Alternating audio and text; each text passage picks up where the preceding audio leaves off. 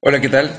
Muy buenas noches desde Tiberia, desde Israel, a todos ustedes. Espero que estén bien. Perdón, me demoré un par de minutos más en entrar. Mi café de la noche.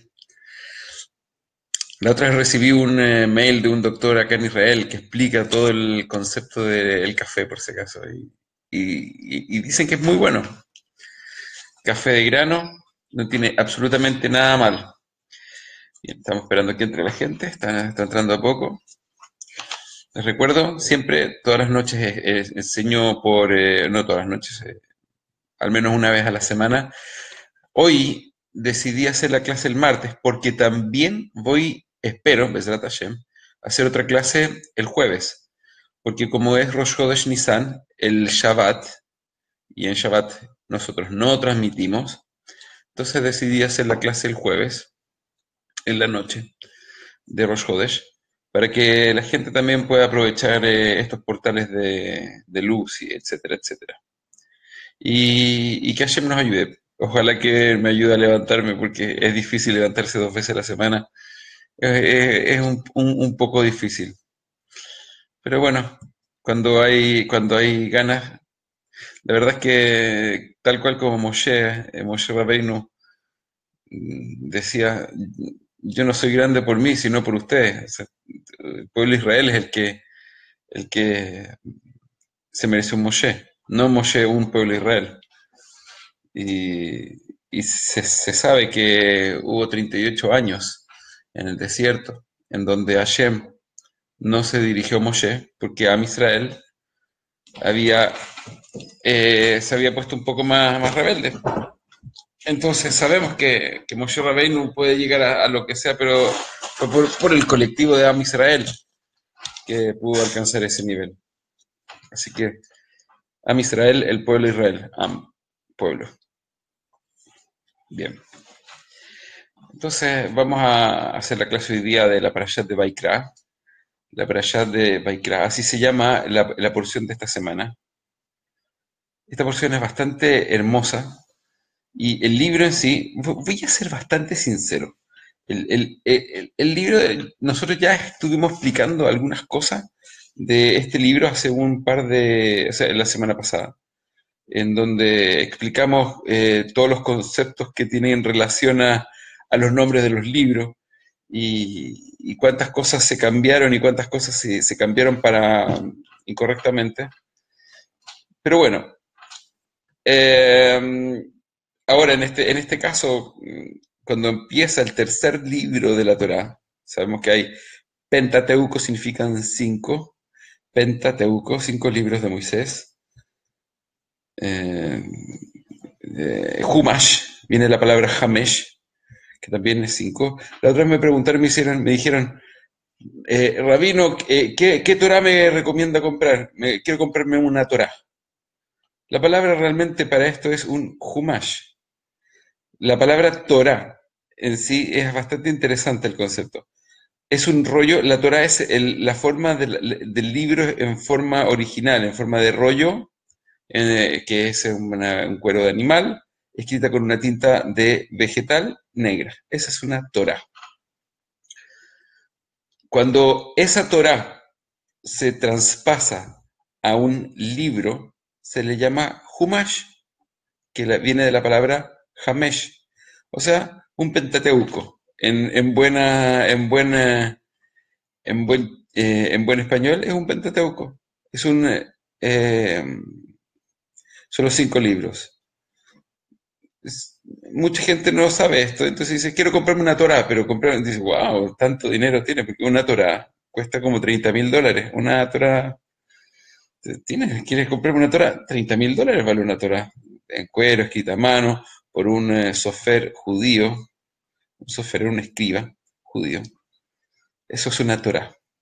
Cuando estamos hablando de la Torah en sí, de la enseñanza de la Torah, sí, estamos hablando de la enseñanza de la Torah. Hay algunos que me preguntaron también eh, que se ve como que si hay mucha idolatría cuando sacan el Sefer Torah, el libro de la Torah, del Aarón, closet, pero no es un closet, es un, ¿cómo se llama? Bueno, se llama Aarón, de donde está guardado en la sinagoga para ser leído y todo el mundo se acerca y la besa, etcétera, etcétera. Y lo que se explica es que nosotros no estamos idolatrando la parte material de eso, sino exactamente, Rafael, no un Sefer Torah, un Humash. Entonces, cuando nosotros le damos un beso, no estamos hablando realmente de un... eh, no estamos hablando realmente de que le estamos dando beso a la funda de terciopelo que tiene, que es suavecita, que es muy rico cuando te toca llevarlo, sientes suavecito y las campanitas que suenan. No, no, no, eso es un adorno. Nosotros realmente a lo que nos rendimos y nos deshacemos es a la sabiduría que tiene este libro adentro y que es de una forma, no, es inexplicable. O sea, la gente que está envuelta en esta vida se deshace de amor y de impresión frente al estudio de este gran libro. Y eso es lo que nosotros besamos, hacemos conexión con nuestra boca para que salgan cosas bonitas de ahí, que podamos tener fuerza de estudiarlas. La forma también en cuero y eso también tiene una explicación, que no la sé al 100% y prefiero ser más sincero, pero también tiene una explicación por qué es de cuero. También tiene una explicación por qué la tinta es negra y eso. Tiene que ver con el fuego blanco y el fuego negro, pero no lo sé. No tengo, no, prefiero, hay ciertas cosas que prefiero dedicarme, dedicarme neófito. Bien, entonces tenemos la porción de Baikra. Esto es bastante interesante, porque este libro realmente, si uno lo lee, es muy fome. Si alguno dice que hereje, sí, pero bueno, estamos hablando de que vamos a leer los korbanot, los sacrificios, y que este corbán es para esta que acá, y si el cohen se impurificó, tiene que dar un corbán, y si es que dijeron palabras mal, hicieron un pecado acá, tiene que llevar este corbán, y el pobre tiene que llevar este corbán, y los ricos tienen que llevar este corbán. Corbán significa sacrificio, holocausto. La palabra holocausto viene de holo. Holo significa quema y causto significa completo, como una quema completa, por si acaso. Ya, entonces tiene que llevar holocausto. Y bueno, y luego de eso viene solamente eso. Y uno dice, bueno, está bien, que es lindo saber cómo se hacían los sacrificios, pero ¿qué me toca aprender a mí de esto? O sea, si es un libro tan sagrado, para saber cómo se hacían los korbanot, korban, sacrificios, korban, sacrificio. Entonces vamos a empezar este viaje de esta clase para explicar qué es realmente un corbán, por qué se hacían los corbanot. La verdad es que ya vamos a empezar. Corbanot, sacrificio. Vamos a llamarlo sacrificio corbanot, un sacrificio de animales. Corbán, un sacrificio. Corbanot, sacrificios. Los corbanot, los sacrificios, se hacían en el templo. Hay una pelea, una discusión entre el Rambam y el Ramban. El Rambam, Maimónides, Rabbi Moshe ben Maimón, explica en el libro de, ¿cómo se llama? Los perplejos, hoy se me fue el libro, el nombre. Ya, cuando se me va un nombre se me olvida nomás. Bueno, en su libro, en un libro de los perplejos, ay, ¿cómo se llamaba? Bueno, si alguien o sea, estoy seguro que es muy conocido.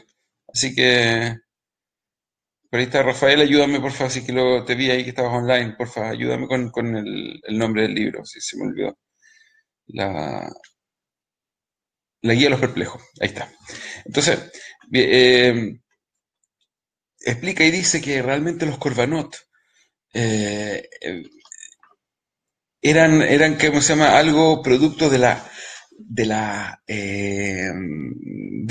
necesidad del ser humano pagana de hacer algo pagano y resulta que de ahí Hashem le ordena al pueblo seguir con algunas cosas y hacerlas como de alguna manera permitidas, hacerlas kasher, hacerlas permitidas. Entonces le da órdenes de hacer sacrificios en torno a eso. Pero, pero realmente el Ramban dice, esto no puede ser porque esto viene de mucho antes. Esto viene de Caín y Abel. Caín ya estaba haciendo Corbanot. Hebel estaba haciendo Hebel, perdón, no Hebel. Hebel estaba haciendo. La otra vez, hablando de Het y Hei, eh, no voy a decir nada, pero hay una gran diferencia. Itzhak, cállate. Ya, voy a decir una sola cosa. Mashiach no es Mashiach. Mashiach con het final es ungido. Mashiach es otra cosa. ¿Ok? Hay gente que dice Kabbalah Mashiach. Mashiach. ¿Mashiach? No, es Mashiach. Podría decir Kabbalah Mashiach. O Mashiach de la Kabbalah. O Mashiach. Pero Mashiach. No, Mashiach, no. Ok, ya, hasta ahí no más voy a llegar.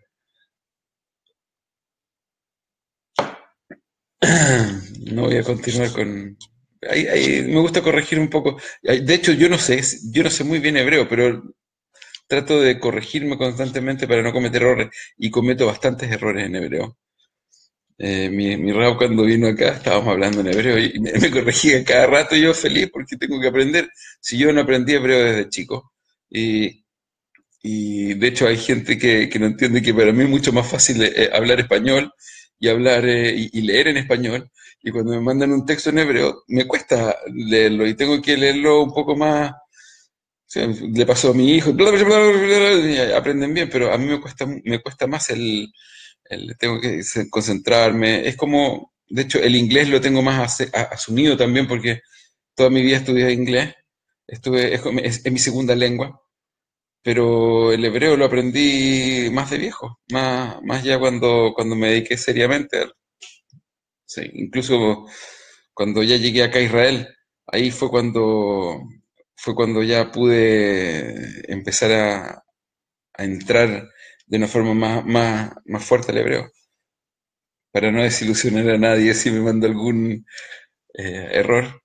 Tienen que entender de que soy ser humano. Bien, entonces, estamos hablando de, del, de los korbanot. Y la palabra korban significa sacrificio. Ahora, la palabra korban viene de la palabra leakriv, de karov. Karov, ¿sabes lo que significa karov? Significa cerca. Leakriv, acercar. O sea, el korban realmente era una herramienta. También tiene kuv reish vav. También tiene la alusión a Krav, que es guerra. Entonces, tiene ¿cómo se llama? Dos conceptos, por eso se usa la palabra Kurban. La palabra Kurban, que es sacrificio, se traduce como sacrificio, pero se pierde la sabiduría de por qué se llama así. Viene de la palabra acercar, que es el concepto de acercarse a Hashem, y también viene del concepto de hacer guerra contra nuestra tendencia a la negatividad. Porque ¿cuál era la razón por la cual se llevaban sacrificios al templo? Se llevaban korbanot al templo. Se llevaban korbanot cuando una persona hacía una transgresión. También los judíos podían llevar korbanot al templo, quiero que lo sepan. Y de hecho, ¿cómo se llama? Está documentado que un emperador mandó un sacrificio al templo y no lo aceptaron el sacrificio porque haber tenido un error, un daño pequeño. Y, y el que lo llevó hizo este daño para que no sea aceptado y desde ahí comenzó la destrucción del templo. Con Kamsa y Bar Kamsa, con la historia de Kamsa y Bar Kamsa, que normalmente siempre se lee esto en el 9 de Av, cuando se conmemora otra otro año sin templo. ¿Ok? Entonces, bien, tenemos el concepto de acercar y de hacer guerra. Ahora, vamos con el concepto. ¿Qué es lo que nosotros queremos entender del Corban? Dice, cuando una persona comete una transgresión, que se acerque al templo y que haga un Corban. No se podían hacer sacrificios, estaba absolutamente prohibido hacer sacrificios fuera del templo. ¿Por qué? Porque eso es idolatría. Y obviamente el único que estaba capacitado para hacer este sacrificio era el Cohen. Cohen es el sacerdote. Ahora, no es como los sacerdotes de hoy en día. El Cohen, el sacerdote, viene de la tribu de Leví, que es y de la tribu de Leví, Aarón, sale la familia de Aarón, y de la familia de Aarón, que es el hermano de Moshe, salen los sacerdotes. Y un sacerdote, para poder mantener su nivel de sacerdocio, tiene diferentes cualidades. La primera es, no puede interrumpirse por ningún motivo su cadena de judaísmo. El sacerdote no puede casarse con una mujer convertida al judaísmo. El sacerdote no puede casarse, bueno, hay muchas otras leyes, pero sí, básicamente la que más importa es que si una mujer se convierte al judaísmo, tiene prohibido casarse con un Cohen. ¿Okay? Sí, con un leví, que es el ayudante del sacerdote, y con un Israel no hay ningún problema. Y la conversión al judaísmo se sigue manteniendo válida. Pero en caso ¿cómo se llama?, de que un Cohen se case con un sacerdote, perdón, que libertad de género, si que un Cohen se case con una mujer convertida, el Cohen pierde su nivel, nivel de, que es de sacerdocio, y en el caso de que haya templo, no permitiría eso. Y los hijos ya no salen Kohanim, salen como dañados de alguna manera, y se pierde la línea. Es muy difícil porque cuando no hay una seriedad en la religión y hacen de repente lo que quieran, pierden también estas líneas y es muy complicado. Hay algunas sinagogas que los rabinos no son, bueno, no son rabinos, son cualquier cosa menos rabinos, y que aceptan a la gente por los apellidos. No, tu apellido es González, Álvarez, listo, judío, judío. Eso no es, de hecho el apellido no hace el judío, no lo hace.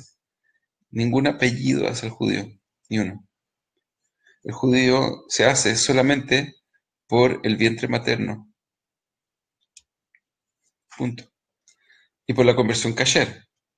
Pero si alguien viene y dice, mi abuela era judía, y no tiene cómo demostrar que su abuela era judía, no hay ningún papel que demuestre que su abuela era judía, la persona perdió su cadena y tiene que hacer conversión. Eso, si su mamá dice que era judía y no tiene ningún papel que demuestre que su mamá era judía, ninguno, nada, esa persona perdió su cadena. Si su tatarabuela era judía y tiene un papel que lo demuestre, inmediatamente se convalida toda la cadena hasta él. Como ha pasado en varias ocasiones, tengo el dato de una alumna que encontró testimonios reales, o sea, pruebas reales de que su mamá era judía y se había escondido por producto de había escondido su judaísmo producto de todas las persecuciones y encontró ¿cómo se llama?, sus cartas y todo eso de judaísmo completo y no pasó por ninguna conversión, simplemente se la reconocieron. Pero al revés, si una persona dice, mi mamá era judía, ashkenazí, sefaradí, y siempre fue judía y muestra algún papel, la persona tiene inmediatamente estatus de no judío. Para todas las cosas, no hay ninguna duda que no es judío. Aunque todo el mundo diga, sí, yo sé que es judío y no hay ningún papel, no existe. Por si acaso se los digo, porque mucha gente llega con la misma cuestión, mis apellidos son judíos, entonces yo soy judío. Otra cosa, quería hacer un paralelo aparte, que también es muy importante esto. Eh, Existen básicamente dos líneas bastante marcadas dentro del judaísmo, que es los sefaradí, que se reconoce por España, y los ashkenazim, que se reconocen como los de Europa Oriental. Eh, o sea, es un poquitito más diferente porque en Francia hay muchos sefaradí y es de Europa y ¿cómo se llama? Y también en toda la parte de hay sefaradí en todo lo que es Irak, Irán, también son sefaradí, mizrahis, hay mucho, pero básicamente sefaradíes que nací son eso. La otra vez escuché a alguien hacer unas separaciones burdas de lo que es un sefaradí y un ashkenazí. Se lo voy a explicar de esta forma. Yo soy ashkenazí de madre, de padre y madre. Padre y madre, ashkenazí. Mis abuelos, ashkenazí. De padre y madre. Yo soy ashkenazí de generación tras generación. Yo vivo en Tiberia, en donde el 99,9% de la población es 100% sefaradí. O sea, si hay alguien ashkenazí que conoce de los sefaradí, son los tiberianim. De hecho, Rab Auerbach, mi rab acá, es un rab ashkenazí que todos los sefaradim le vienen a preguntar. Quiero explicárselo esto, porque la otra vez escuché a alguien hablar de que los sefaradim hacemos así. Hay diferencias entre ashkenazim y sefaradim, sí, sí hay, pero hay un amor incondicional increíble. Y, y, y lo importante de esto es que vamos unidos en un bloque. Vamos unidos en un bloque. Hasídicos son o ashkenazim o sefaradim y a nadie le importa. Sigue siendo judío y sigue siendo bien. Un hasídico tiene de la línea del Baal Shem Tov, por ejemplo. Es excelente. Yo no soy hasídico, pero en ningún caso escuché a mi Rab, el hijo Rab Shlomo Zalman Auerbach. Rab Shlomo Zalman Auerbach, el Rosh Yeshiva de Kol Torah, fue una lumbrera impresionante. La claridad de su Torah era impresionante, la claridad de Rab Shlomo, de Abraham Auerbach, mi Rab, tiene una capacidad de Torah. Ahora, ¿por qué les digo esto? Porque no le estoy hablando desde Itzhak Pollack, el solitario supuesto rabino que no, no, no. Yo tengo un rabino que está conectado a la cadena. En Israel, mi rabino es Abraham Dov Auerbach. En Chile es Rav Shaket, que ahora, bueno, desde Hashem lo voy a tener más cerca de mí en Israel. Pero esa es mi cadena. Y yo aprendo de ellos. No aprendo de algo solitario. No aprendo. Yo tengo mi cadena. Y lo que yo vi de Abraham Dov, cuando le pregunté acerca de los religiosos, acerca de los sefaradim, acerca de esto, me dijo, son culturas diferentes nomás. Si es que se casan sefaradí entre sefaradí, es porque les gusta lo picante, cocinar más picante, y si la mujer sefaradí se casa con un ashkenazí, le va a cocinar más picante y el ashkenazí no le va a gustar, o el picante, o el ashkenazí va a querer cocinar con ajo va a querer que filte fish, pero no hay nada de... O sea, si un sefaradí se casa con un ashkenazí, o, por ejemplo, otra cosa, viene una persona que estaba alejada, un judío que está alejado de la Torá, y decide, un sefaradí, y decide, o sea, y se vincula a un rab ashkenazí. No porque el rab ashkenazí va a querer, no, porque tienen buena conexión. Y el sefaradí hace teshuvá o aprende nuevamente como ashkenazí. El sefaradí puede adoptar 100% el nusaj, la forma de actitud de un ashkenazí, o viceversa, y no se ve mal, y no se ve mal. Por ejemplo, yo tengo un amigo que es ashkenazí, pero empezó con los sefaradín, y hoy en día su forma de rezo es 100% sefaradí, y nadie lo ve mal. Nadie lo ve como una cosa espantosa, que no se puede, que está prohibido. Para nada.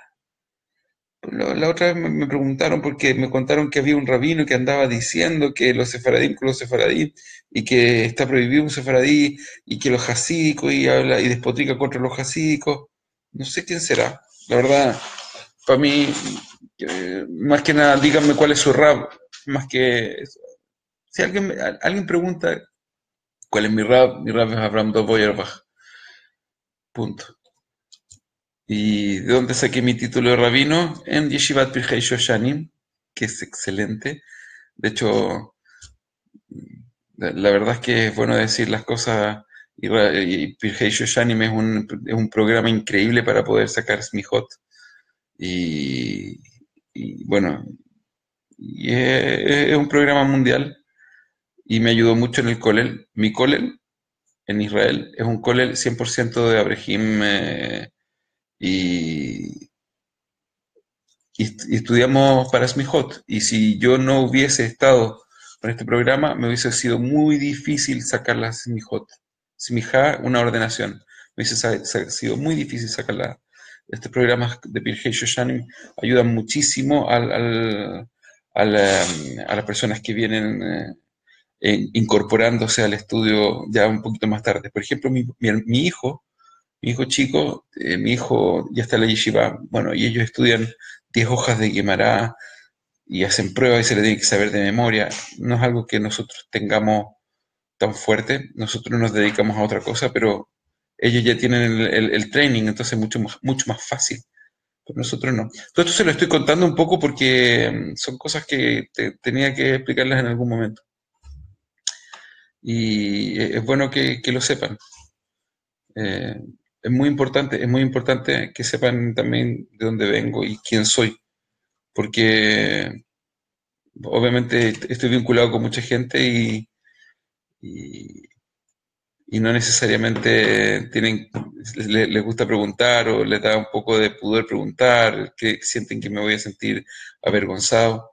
Yo personalmente los insto a que siempre estén averiguando de dónde vienen sus maestros y todo eso, de una forma no muy atacante, pero que sea una forma responsable. Eso, con mucho cariño. Bien,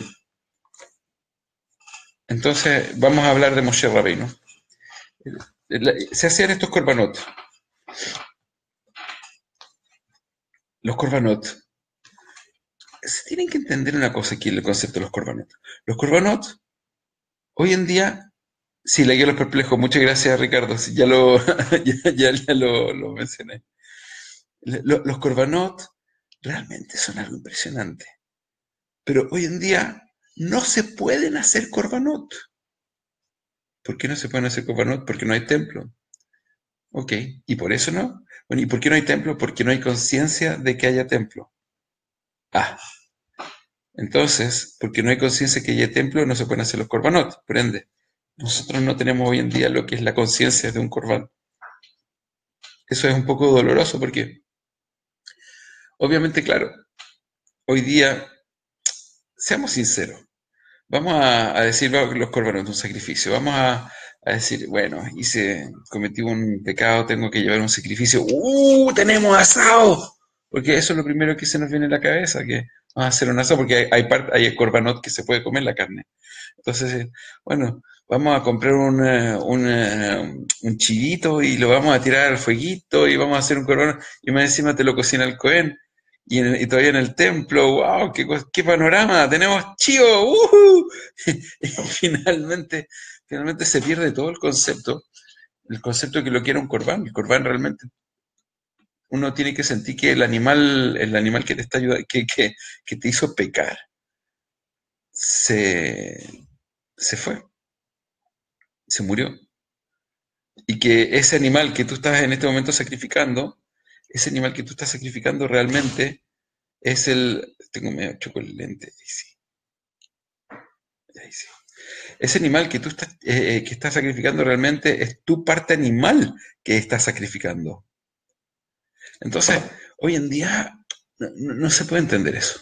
Hoy en día la gente, nosotros tenemos un concepto completamente equivocado de lo que es un sacrificio. Y de hecho, yo comprendo a los animalistas que cuando llega este momento vienen y dicen, ¿cómo puede ser posible que el judaísmo haga sacrificios animales?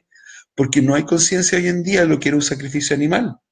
No hay, no existe, no se puede. Entonces, ¿por qué? Porque lo único que hoy en día se sacaría de provecho si hubiese sacrificio animal, es que vamos a hacer un asadito y nos vamos a arrepentir. Porque realmente el concepto de teshuvah, de arrepentimiento, de teshuvah, viene de la palabra la shuv, de volver, de retornar, de arrepentirse, de retornar, de acercarse, de la krif, de acercarse a Shem, hoy día ya está difícil. Estamos muy alejados. Estamos muy alejados de los conceptos realmente de lo que era en sí un corbán, para poder realmente llevarlo a cabo. Entonces, ¿qué dicen los sabios? Bueno, esto lo dice, está explicado muy bien en el tratado del Talmud, en el Talmud, en Orahaim, Vav, Membav 46, Membav 46. Estamos hablando de los korbanot. Dice, y está explicado que uno debería decir korbanot todos los días. Antes de empezar el día debería decir korbanot y debería pensar como que si estuviese llevando un corbán y que eso se cuenta como corbán. Y hay muchas leyes realmente acerca de eso. Pero uno hoy en día, como no tiene templo, no tiene eso, uno debería leer los korbanot. Un no judío debería leer los korbanot. Miren, es una pregunta que me acabo de hacer y debería revisar porque como habían korbanot que los judíos tenían permitido hacer, sí, podrían leer ese tipo de korbanot, pero no todos los korbanot pueden unos judíos hacer. Así que ahí tengo que ver qué exactamente puede leer unos judíos. Lo voy a buscar y lo voy a leer. Bien, en relación al concepto de... No sé si se está explicando el concepto. Muchos animalistas están diciendo, wow, qué impresionante esto, cómo tanto daño, tanta maldad. No, no, sí, no se trata de maldad. El, el- eh, nosotros, de hecho, voy a bajar otro peldaño más, voy a ser un poquito más terrenal. Y me voy a poner a hablar directamente de lo que es hacer, es comer carne. Ya ni siquiera estoy hablando de hacer un corbán, estoy hablando directamente de comer carne. Existe una línea, una cadena de animal. Esta cadena está hecha para servir al ser humano. Existen animales que están destinados a servir al ser humano de alimento. No por eso los tienes que tratar inhumanamente, pero son alimento y son animales que están destinados a ser alimento para el ser humano. Y estos animales tienen que tener ciertas características. Ahora, para un no judío, basta que el animal sea cuidado y sea sacrificado de una forma digna. O sea, no andar haciendo sufrir al animal ni comer partes de este animal estando vivo aún. Por ejemplo, en algunos lugares de África le hacen un hoyo al animal en la yugular y van sacándole sangre a poquitito y se la van tapando con barro. Entonces al final se van alimentando de eso casi como quien toma leche, pero aquí toman sangre. Eso está prohibido a niveles, porque el animal está sufriendo, y es como un concepto de Eber Minahai. También dice que no comer la sangre porque atamos a nefesh. La sangre es el nefesh, está ahí, está el alma del animal, y es muy fuerte. Entonces, no comerlo. Pero esta cadena está hecha para alimentar al ser humano. Y siendo que esta cadena está hecha para alimentar al ser humano, tú puedes tener una crianza de animales y poder comer animales. Quien no esté vinculada a esta cadena porque de alguna manera no siente la necesidad de comer carne, porque no le gusta la carne, o porque eso está completamente bien. Lo que está mal es que estos que no comen carne critiquen a los que comen carne. Eso no está bien, porque existe una chispa, una gran chispa de luz que viene al comer la carne para elevar a estas almas, y viene todo con un concepto de reencarnación. Hay gente que no puede comer carne, está difícil para ellos comer carne, y para ellos comer carne es un sufrimiento, no tienen por qué comer. Pero lo que no tienen permitido esas personas es andar diciéndole a los que comen carne que son unos pecadores. Ni uno ni lo otro. Por ejemplo, yo tengo un querido Rab amigo que no disfruta de la carne. Rab, un Dayan. Ni siquiera un Rab, es un Dayan. No disfruta de la carne. ¿Y qué es lo que come él? Come lácteos. Y está todo bien, no hay problema. Su disfrute son lácteos. Está bien. Entonces se come una lasaña de queso con carne de soya. Ni un problema. Y, y hay otros que comen carne, como yo, por ejemplo. Yo como carne, como buen sudamericano. Y también, no hay problema. La carne tiene que tener un sacrificio correcto, una forma correcta, y el resto viene, eh, viene así. Bien. Ahora, cuando una persona come carne con una conciencia correcta, lo que hace es elevar este concepto, elevar esta chispa, y finalmente termina el proceso de corrección de todo. Por ende, todavía habiendo personas que tienen este proceso, necesitamos personas que coman carne para que ayuden a este otro proceso a ser elevado. Bien, entonces, sigamos con el tema. Los korbanot fueron ordenados a Moshe. ¿Cuándo? Ahora, dentro de esta semana, el 25 de Adar, hace un par de días atrás, ayer, ayer, el 25 de Adar de 2448, empieza el trabajo por Moshe Rabbeinu en el templo. Moshe Rabbeinu empezó 6 días antes a hacer los korbanot. Al séptimo día, en Rosh Chodesh Nisan, que va a caer este Shabbat, va a caer, empezaron los trabajos en el templo en forma rigurosa, en el Mishkan, en el templo portátil.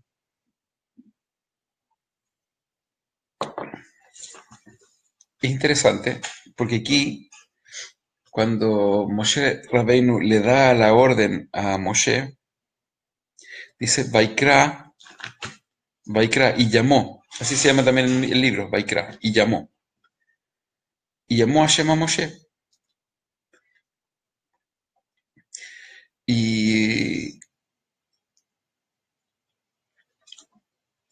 cuentan los sabios en Midrash que cuando se terminó el templo, Moshe vino y se puso como uno más al lado de la gente. Así, pum, se puso. Hashem me ordenó construir el templo, pero nada más. Y se puso al lado de la gente ahí, piola, esperando a ver qué pasaba. Hashem le dijo, construye el templo. ¿Y qué hizo Moshe? Construyó el templo. ¿Y qué hizo después? Se puso al lado. Entonces Hashem viene y dice, Moshe, ¿qué estás haciendo ahí? Nada, estoy acá, estoy esperando a ver qué pasa. Si ya construí el templo y cumplí la orden. Dice, no, no, no, ven, entra al templo, entra a la tienda. ¿Y por qué? Entra. Y bueno, Moshe entra. Y el único que podía escuchar esta voz era Moshe. Era una onda sonora teledirigida.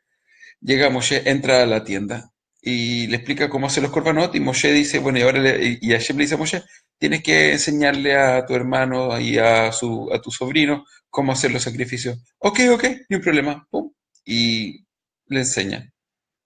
Pero esa es la humildad de Moshe. Moshe no se la daba de dueño del fondo. Siempre estaba esperando que otro continuara sin ningún problema. Y es algo que quizás es difícil para nosotros entender, pero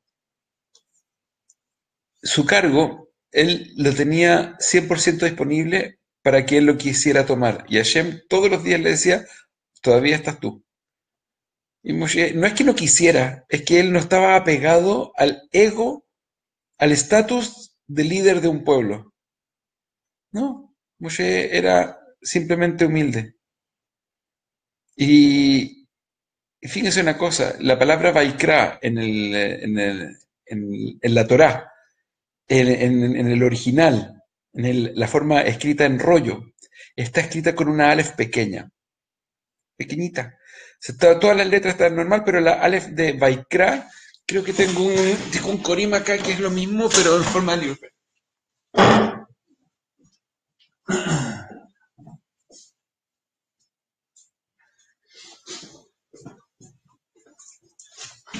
Tengo un corim. Tengo un corim. Este libro, con este uno aprende a leer, a leer ¿cómo se llama? ¿Ves? Este libro está escrita en una forma que aparece como si estuviese en la Torá misma, y uno aprende a leer, sirve para repasar las lecturas de la Torá.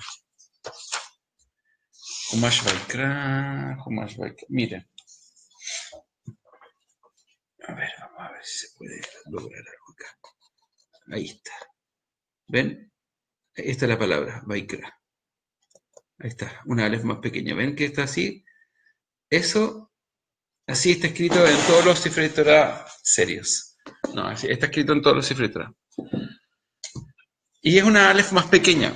Y dice que el Bala Turim explica y dice que es por la humildad de Moshe, porque la palabra Vaikra, sin la alef, es Vayaker. Es como decir, de repente lo encontró, si por casualidad lo encontró, Vaikra lo llamó, pero Vayaker significa y se encontró. Entonces, dice, y se encontró de repente, dice, y Hashem dice, ¿cómo que de repente? Moshe, tú eres mi preferido, dale, escribe Vaikra. No, ¿cómo se te ocurre? No, que sí, que no, que no, que no, que no, y al final ya voy a escribirlo, pero con la alef más pequeña porque no estoy de acuerdo, o sea, no fue así, pero estoy tratando de explicarlo en buen coloquio, en una forma más coloquial. Explica a los sabios y dicen, no, realmente esta es la enseñanza. La enseñanza que nosotros tenemos que entender es que nosotros tenemos que buscar la humildad. La humildad, la humildad de Moshe es para nosotros una enseñanza, y este libro empieza con esta alef pequeña para entender que realmente todo el concepto de dirigir un corbán, de hacer un corbán, de hacer todo esto, es buscar nuestra humildad. Y la humildad no es yo, ¿quién soy yo? Yo no soy nadie. No, eso no es, eso es pseudo humildad. La humildad se trata de ser auténtico, pero auténtico en el concepto de no querer dárselas de algo que no eres. Por ejemplo, en mi caso, hay muchos que piensan que yo soy... esto es otro concepto que también, consejo que dan los sabios, y dicen, eh, trata o sea, dice, así dice la halajá en relación a esto, dice, si alguien te elogia porque sabes dos libros del Talmud eh, bien, y tú realmente sabes uno, páralos. ¿Por qué? Porque tienes que mostrar la seriedad. Entonces dicen los sabios, hoy en día eso ya no corre, porque si tú los paras, los detienes, van a creer que tú lo estás haciendo porque te sientes humilde. Y van a creer que tú sabes más y solamente te estás haciendo el humilde. Entonces, eh, la verdad es que es difícil cuando a uno le están... Entonces, ¿cuál es el consejo que te dan? Que cuando te están alabando, te están diciendo cosas, te quedas callado internamente decir, esto no es verdad, esto no es verdad, esto no es verdad, esto no es verdad. Y en su momento mostrar que realmente no sabes. Por ejemplo, si alguien me pusiera a leer hebreo o me pusiera a leer Rashi, dijera, ¿y este rabino? Porque leo muy lento y como es difícil, ¿qué quieren? Oler sin puntos también es una locura, me cuesta muchísimo. Eh, y sí, necesito mucha ayuda, ¿no? Especialmente cuando me las di de maestro de Kabbalah. Y después me di cuenta de todo lo que el Zohar decía no era nada que ver con lo que aparecía en las traducciones, pero eso ya es otro tema. Y de ahí me tuve que bajar de maestro a, a simple alumno. Y hoy en día tengo que andar ratoneando para pedir ayuda a los verdaderos cabalistas, a que me expliquen ciertas cosas, de estar llorando para que me expliquen y me enseñen algunas cosas.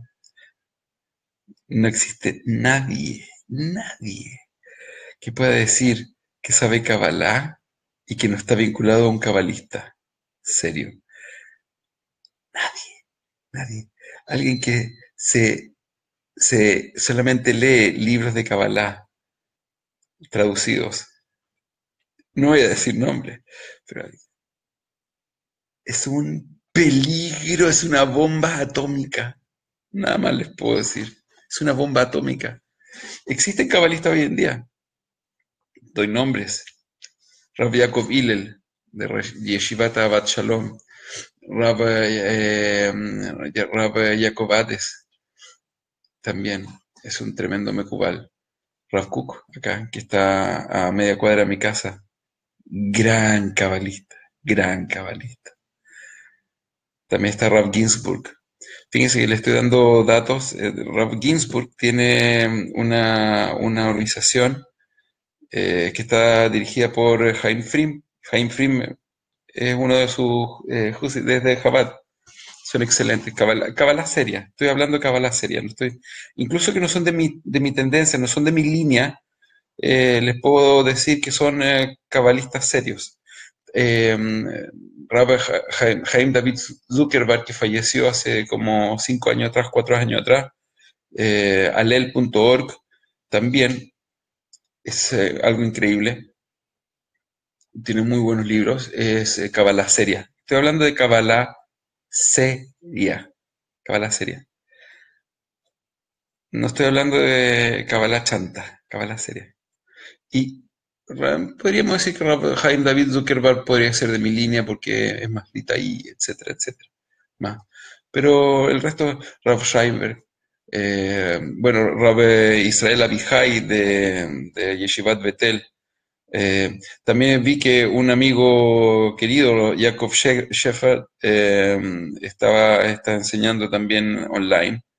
Yo estudié con él algunas veces en Yeshivat Betel y, y también súper serio, serio, Mecubal de verdad, son Mecubalim, cabalistas de verdad, Mecubalim o cabalistas lo mismo, son Mecubalim de verdad, son personas que saben.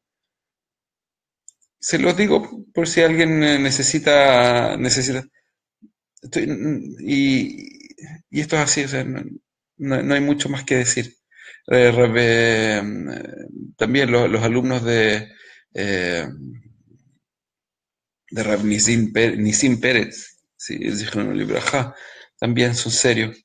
Hay, hay una gran cantidad de alumnos que son tremendamente serios, que están vinculados con una seriedad. Por ejemplo, Shaul Yutkevich, que enseña en inglés y en hebreo, eh, él se vinculó a Rab Nisim Pérez en los últimos años de Rab Nisim Pérez.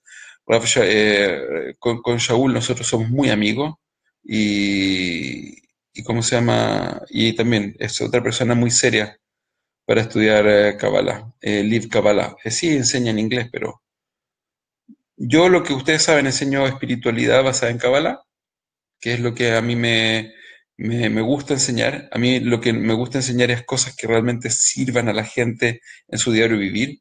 Pero hay gente que le gusta más la parte técnica y eso. Yo realmente no enseño la parte técnica de la Kabbalah. No es no es mi misión de vida. Mi misión de vida es enseñar un trabajo de hacerse simple. Quizá es lo que yo necesito para mí, por eso también lo enseño para usted, porque así aprovecho de estar recordándomelo. Me gusta más estar buscando buscar la simpleza. Como dice Arizal en el Etz Haim, en el libro Etz Haim, dice, lo haya, Elión Pashut, una luz simple.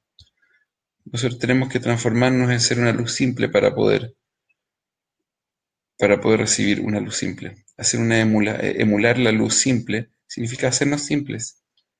No significa hacernos tontos. Hacernos simples significa estar un poco más distendido. La palabra pashut viene de mitpashet, que significa como desparramado. Pero cuando uno realmente es simple, es cuando ya tiene clara la película.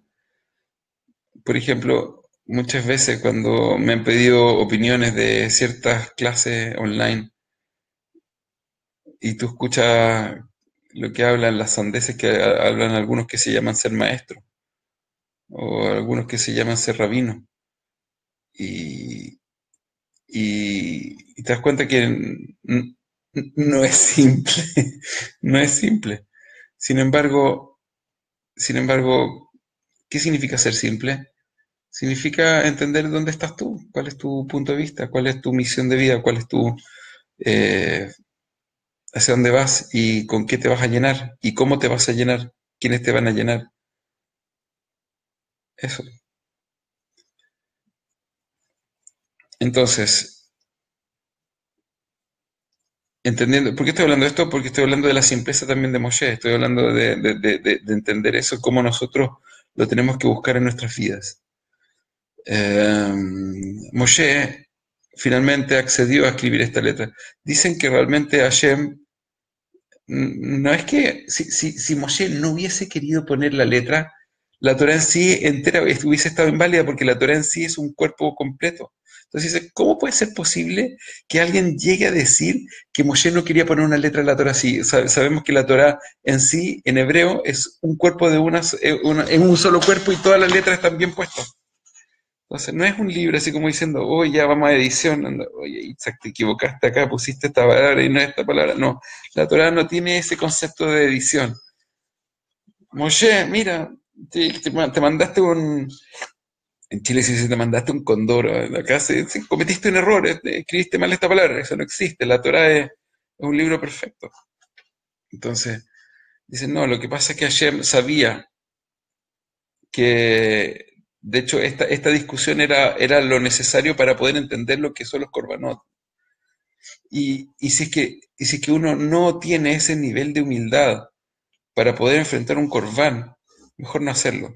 De hecho, es tremendo, porque hay una parte en la Torah que dice, un Talmid Jajam, un estudioso con ego, con blidat, dice, blidat es como sin, ¿cómo puede ser un Talmid Jajam sin conocimiento? Blidat. Ese es un Talmid Jajam orgulloso, se llama. Un Talmid Jajam orgulloso se asemeja a un cadáver. Me llega a dar, perdón, Shalom, pero un Talmid Jajam se asemeja a un cadáver. Un Talmid Jajam orgulloso se asemeja a un cadáver. ¿Qué significa esto? Que el orgullo nos aleja de la Torá. Y la Torá se puede llegar solamente a obtener como un simple conocimiento y no como una forma de vida. La forma de vida de la Torá está basada realmente en hacernos humildes, en hacernos humildes. Esa es la verdadera razón de la Torá. Y esa es la forma y la razón por la cual nosotros estudiamos Torá. Nosotros estudiamos Torá para poder servir a Hashem. Pero, ¿cómo debemos servir a Hashem? En una forma humilde. Hoy día, conversando con mi hijo, me dijo algo que también fue tremendo. Me encanta conversar con él. Tiene 15 años. Está estudiando en la yeshiva, lo vamos a ver porque la yeshiva es como un internado. Hay yeshivas que son abiertas, pero mi hijo está estudiando, él le gusta el estudio fuerte y dice, no, yo quiero algo cerrado, algo. Y se levantan a las 6:30 de la mañana y se acuestan a las 10:30 de la noche estudiando Torah. Estudia Torah todo el día. Entonces me estaba comentando acerca un, de un estudio de ética. Y decía, Abba, me dice, hay gente que dice que no tiene fuerza. Me decía, así me dijo, hay gente que no tiene fuerza. Dice, no, no tengo fuerza. Dice, la vida en sí es esforzarse. Un niño de 15 años. Son todos los niños así. La vida en sí es esforzarse. Quien dice que no tiene fuerza es porque no quiere vivir. Así es simple. Y sí tiene razón, sí, así está escrito, que el esfuerzo realmente es lo que... La vida es un esfuerzo. Esforzarse es la vida. Y cuando tú no te esfuerzas, es como se asemeja a no querer vivir. Entonces, estamos hablando, y los conceptos, por ejemplo, todo lo que son los pecados, las averot, las transgresiones. Una transgresión. ¿Por qué uno llega a cometer una transgresión? ¿Cuántas veces nosotros sabemos que estamos haciendo cosas negativas? Ayer me pasó que me empecé a enojar, ¿sí? Enojar es una transgresión, pero ¿por qué si sabemos que uno se está transgrediendo? Hashem está ahí enfrente de ti, igual, igual uno transgrede. ¿Por qué? ¿Por qué? ¿Por qué uno transgrede? Se olvida que Hashem está ahí. Dice Rabbi Khan, dice, uno se olvida en pequeños instantes de que Hashem está ahí. O no se olvida, pero es tan fuerte la sensación de querer hacer algo en contra de lo que Hashem quiere, que te pones absolutamente, no se podría decir, se podría decir loco, pero te pones completamente insano. Transgredir. ¿Pero por qué uno? ¿De dónde viene todo esto? De la falta de humildad. La falta de humildad. Falta de humildad.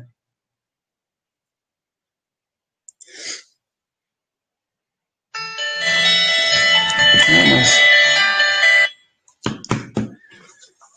Si no tenemos humildad, no existe nada.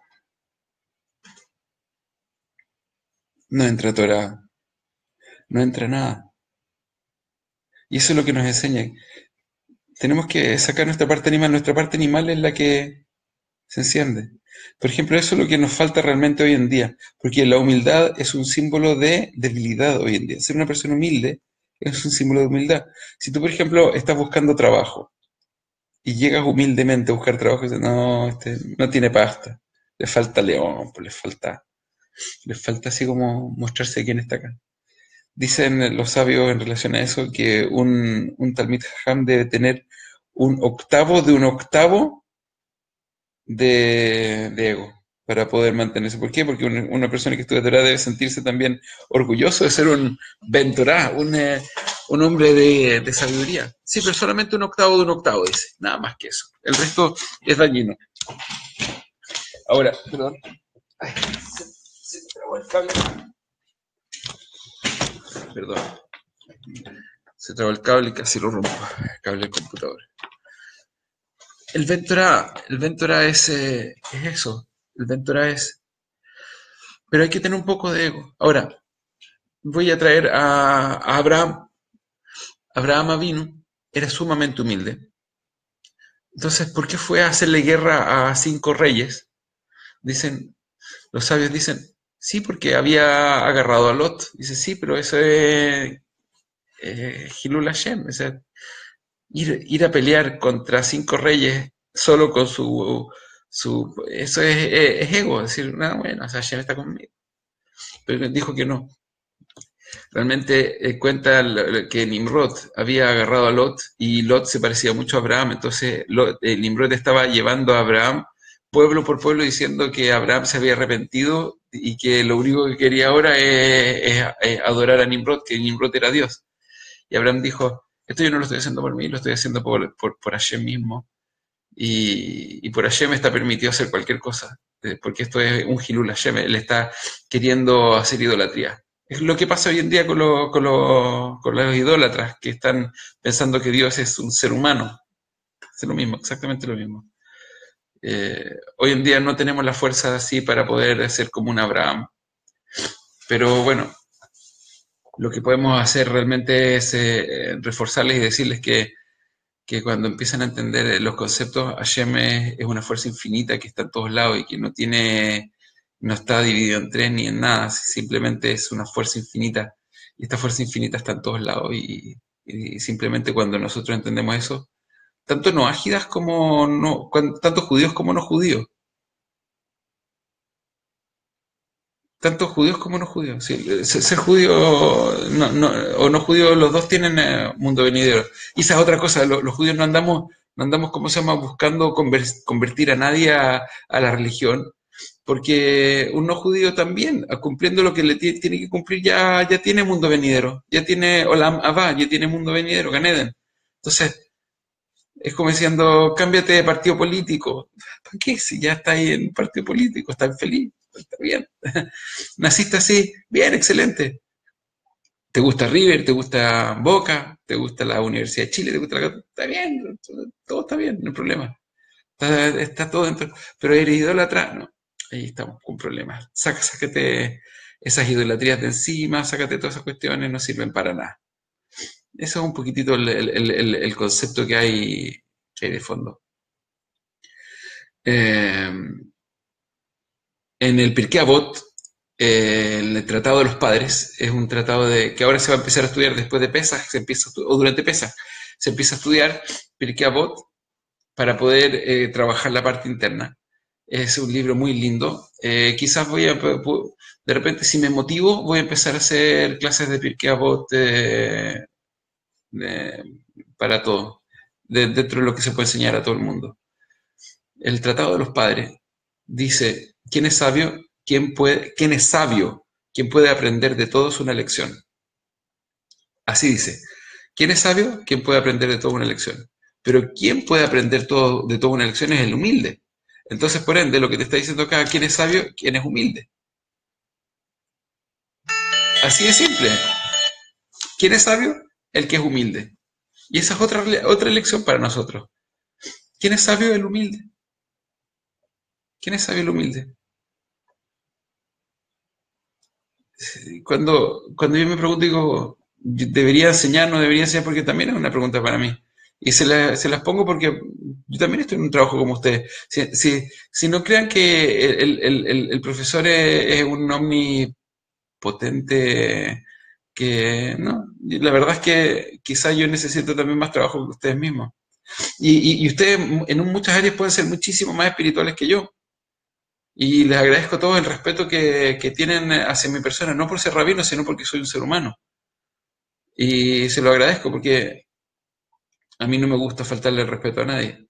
Tampoco me gusta que me lo falten. Y sí que me equivoco y sí que puedo faltar sí que de repente por mi madurez de ser tan niño, de repente me pongo de repente medio tontorrón. Pero, qué sé yo, no lo hago de mala gente. Ahora, el, todos tenemos que aprender de todo. Y esa es una de las cosas fundamentales de esto. Tenemos que aprender todos de todo. Y cuando nos vienen estas rabias y estas cosas así como querer linchar al pecador, eso es problema nuestro, ¿eh? No es problema del que está afuera. Fíjense, por ejemplo, una cosa.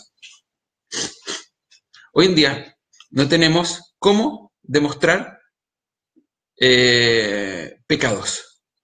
Primero, para poder linchar a alguien, necesitamos un Sanedrín, o sea, necesitamos a los 70 sabios. No hay. Necesitamos templo, no hay. Necesitamos sabiduría de la Torá. No está 100% establecido porque como no hay templo, no hay sabio, etcétera, no hay. Entonces, viene alguien y me dice, ese es un homosexual. Bueno, ¿y cuál es el problema? Es su decisión. Dice, pero hay que lincharlo. Está bien.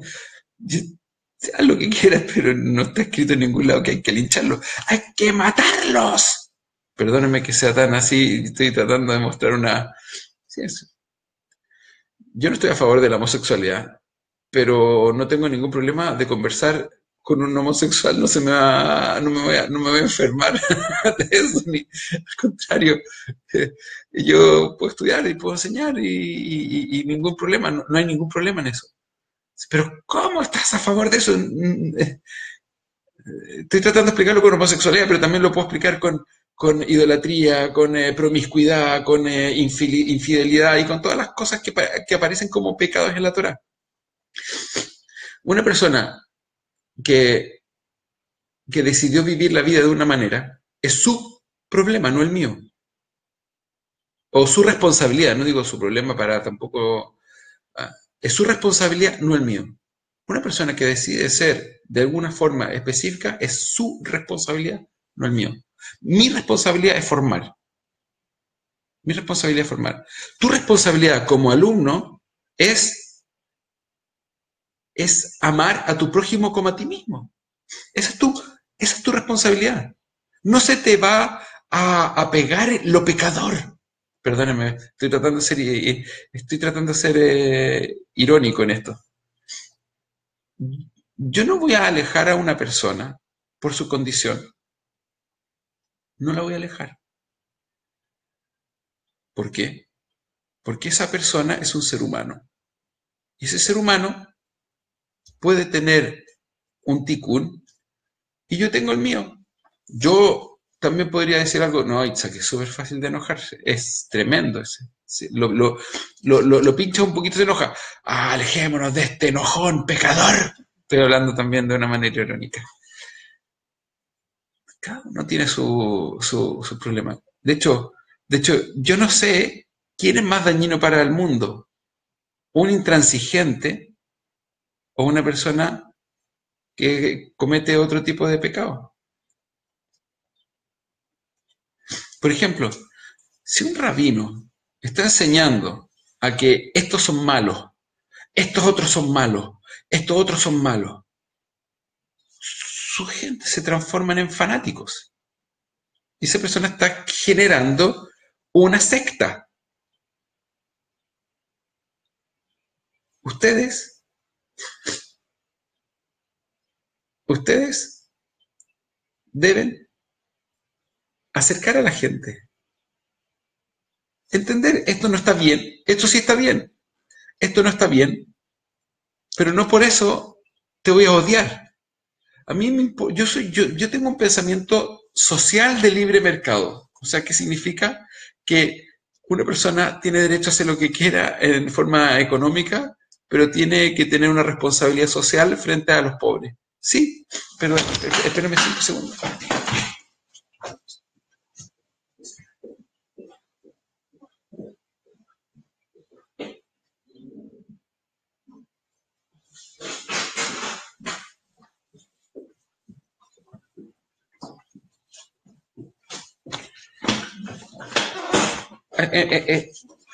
Tiene que ir a los pobres.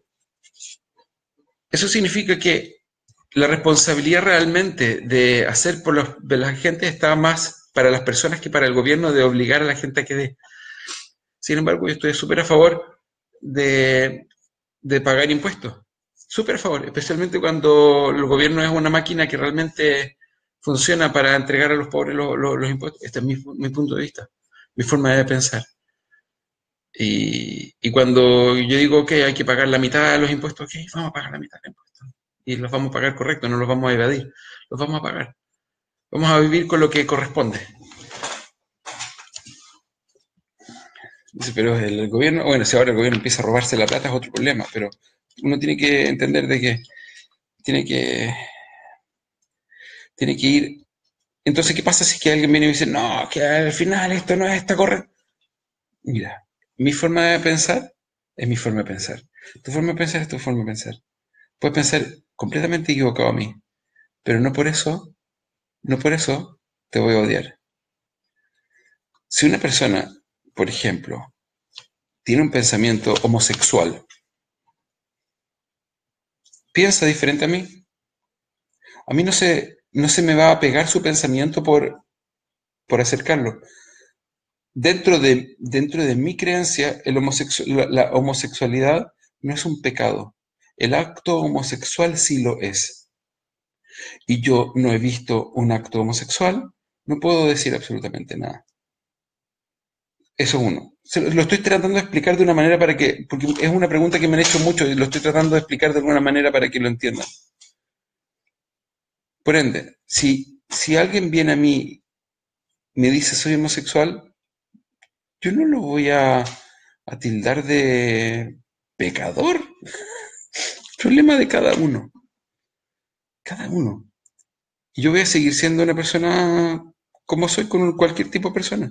O cuando vienen los judíos y me dicen, nosotros los no judíos somos inferiores para los judíos, somos menos, porque obviamente sí, muchas veces uno escucha diciendo este es un goy, así como despectivo, muchos judíos lo tratan así.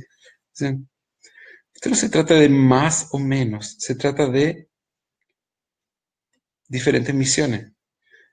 Y muchas veces cuando un judío trata a unos judíos de goy o de despectivo, es porque no fue formado de una manera de Torah, porque un verdadero judío no trata a unos judíos de una forma despectiva. Eso es así. Quiero que lo sepan. Un verdadero judío, un ben Torah, no trata a unos judíos en forma despectiva.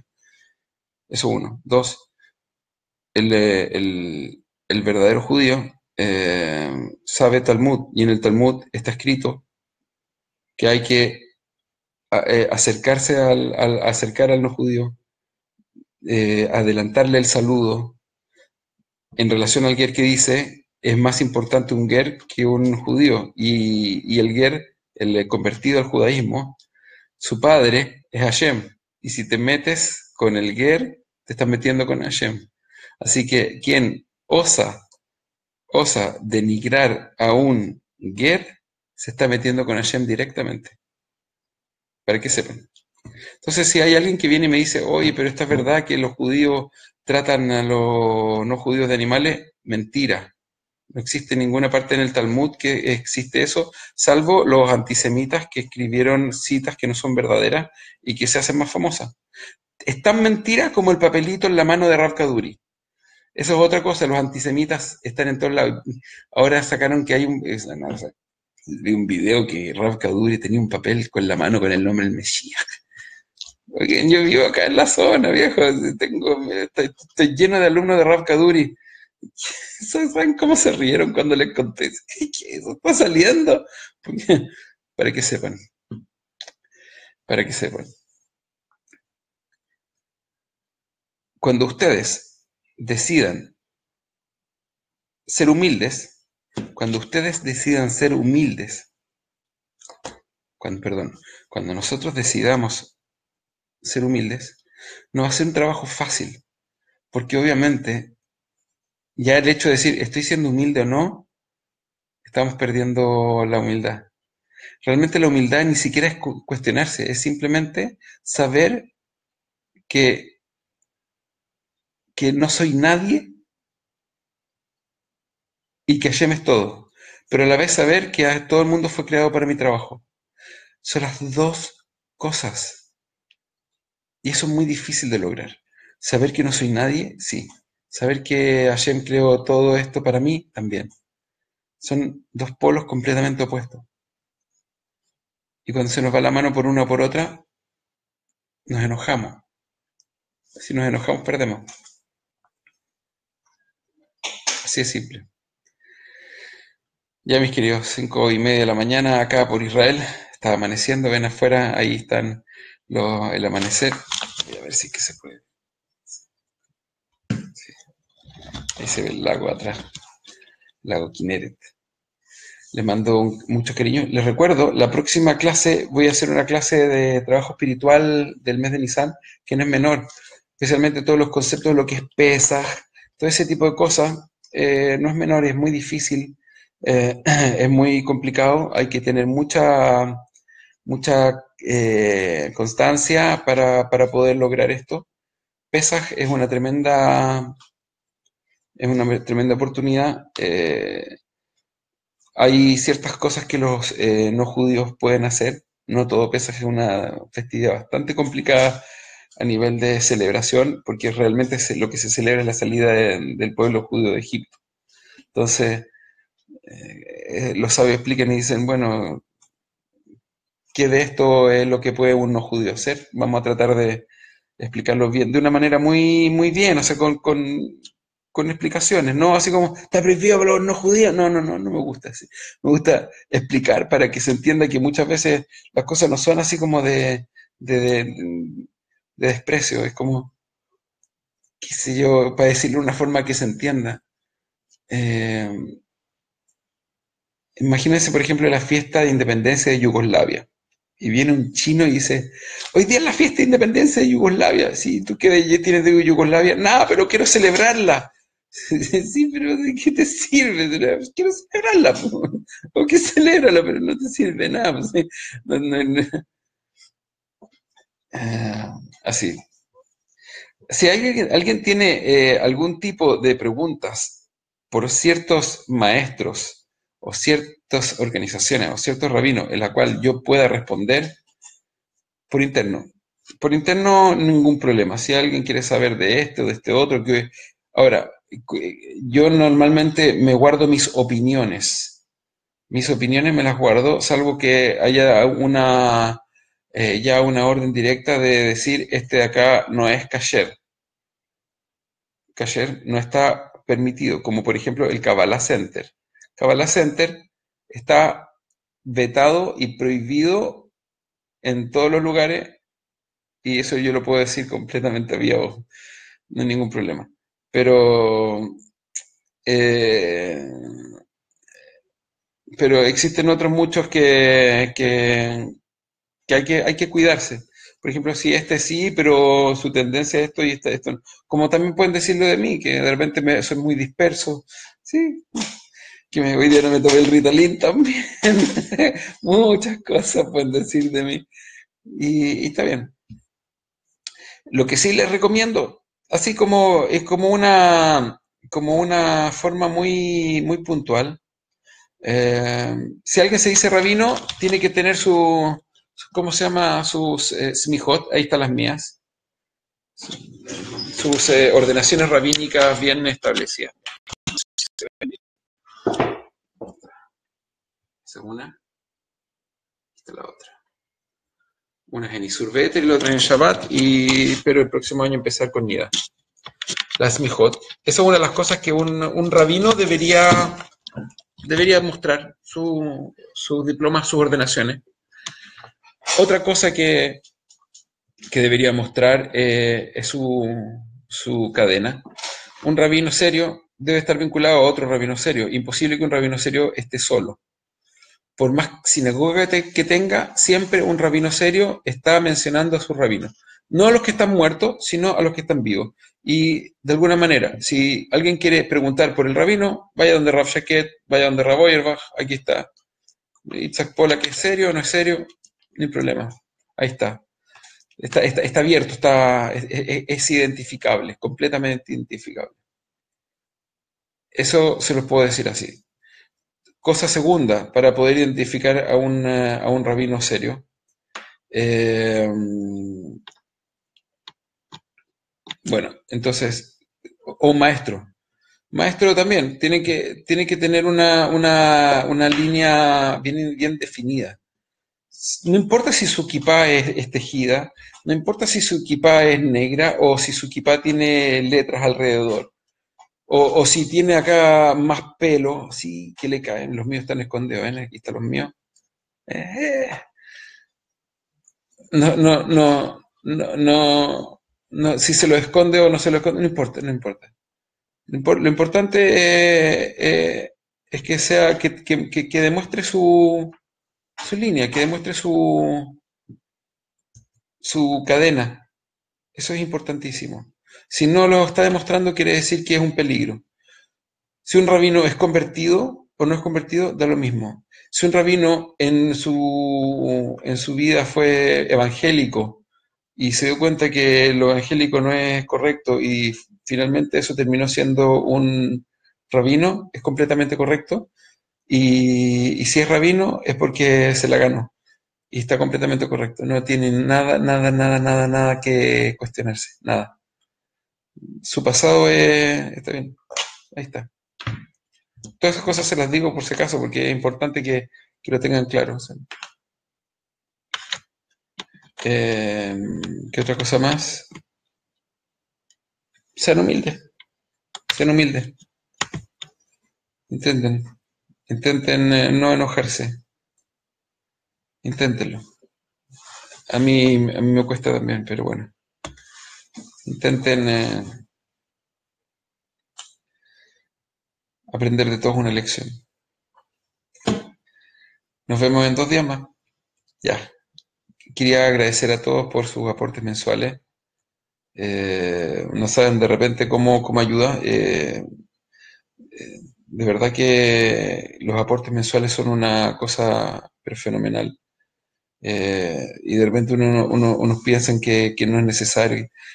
Por más de que sean $5 que alguien envía porque necesita dar y todo eso, todo es bienvenido.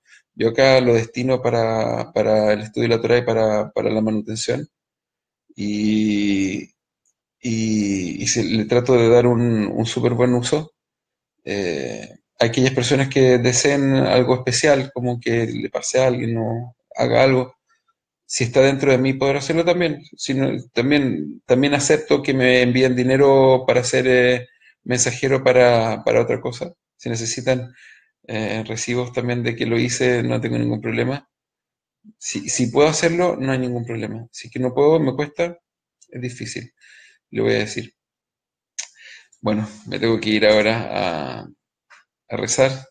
Le mando muchos cariños y en 2 días más nos vemos, cariño. Bye bye.